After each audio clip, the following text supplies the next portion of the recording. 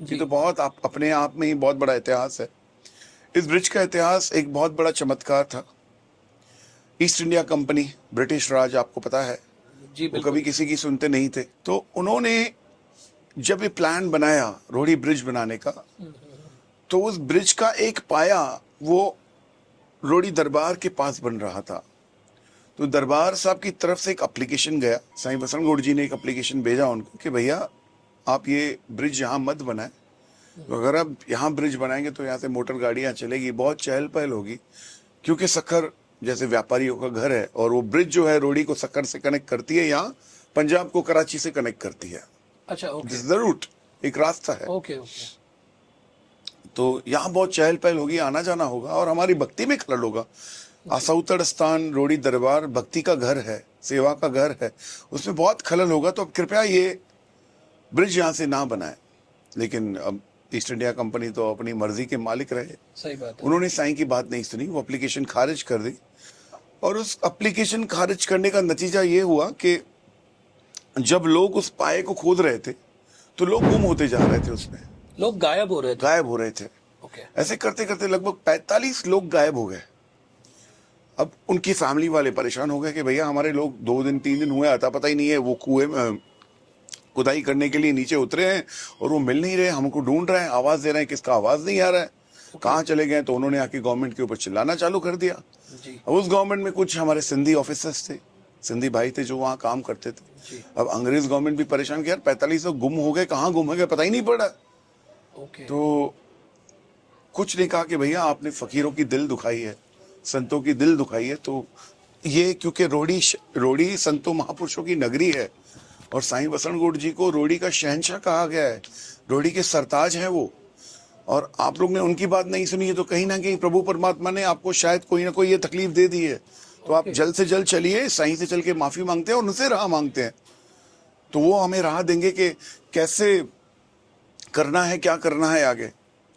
तो अब ऑफिसर्स आ गए, टोपी पहन के दरबार में आए, फिर टोपी उतार के, उनका एक मर्यादा का तरीका होता है, टोपी उतार के साईं के आगे खड़े हो गए। और साईं जी तो अब फकीर दरवेश क्या कर रहे थे, वो जो दरबार में विकलांग मस्त मलंग दरवेश रहते हैं उनकी सेवा कर रहे थे। फिर कभी झाड़ू उठा के खुद ही सफाई करते हैं, कभी पोछा उठा के खुद ही सफाई करते हैं। एकदम फकीरी मिजाज। वही फकीरी है कि सब कुछ होते हुए भी कि मेरे पास कुछ नहीं है, जो है मेरे सदगुरु का है। वो एहसास, वो सोच, वो प्रणता अपने मन की, वही फकीरी है। जी। तो कुछ लोग आए बाबा के आगे और बाबा से कहा कि साईं गवर्नमेंट के कुछ लोग आपसे बात करने आए। तो साईं ने कहा ठीक है, हम बात करेंगे। किस बात पे बात करनी है? बोला साईं ये ब्रिज जो बन रही है। बोला अब हम क्या बात करने, हमें तो आपको एप्लीकेशन दी थी लेकिन आपने हमारी कोई बात सुनी नहीं।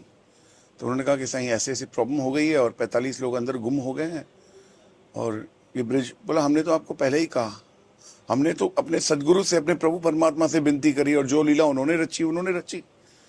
उन्होंने कहा नहीं बस सही, अब आप जैसे कहोगे हम वो रास्ता चलेंगे, लेकिन आप कृपया करें हम पर, जैसे हमें वो लोग वापस मिल जाएं।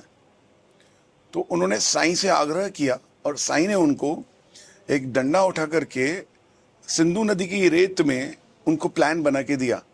ये ब्रिज यहाँ से 4 किलोमीटर दूर सतियों का स्थान है, 7 सतियां हुई सिंध में, और वहाँ एक स्थान है, उस स्थान की अलग ही महात्मा है, अलग ही कुछ लीला है वहाँ की। वहां से आप ये ब्रिज का पाया डालें और आपकी ब्रिज बड़ी सक्सेसफुल होगी। और आपको मैं बताऊं, ये ब्रिज जैसे लंदन ब्रिज खुलती थी वैसे ये ब्रिज खुलती थी। अच्छा, ओके। हाँ, उस जमाने में बहुत टेक्निकली बहुत स्ट्रांग ब्रिज बनी हुई है आज भी वो। अच्छा, वो तो ब्रिज अभी तक वही बिल्कुल कंटिन्यू अभी चल तक रही वो है? ब्रिज है, आज भी उसकी एक्सपायरी डेट हो गई है, लेकिन आज भी लोगों की चहल पहल होती है। वो कहते ऐसे हैं कि 2 पीर इस ब्रिज को संभाल रहे हैं, एक बाबा वसंत शाह पीर और दूसरे ब्रिज के वो साइड सदरजन बादशाह। ऐसे 2 फकीर हुए जो इस ब्रिज की आज भी रखवाली कर रहे हैं। हाँ। तो साईं ने उनको प्लान बना के दिया, और प्लान बनाने के बाद उन्होंने उस तरीके से ही उस प्लान को आगे बढ़ाया और कहा कि साईं अब लोग कैसे मिले हमें।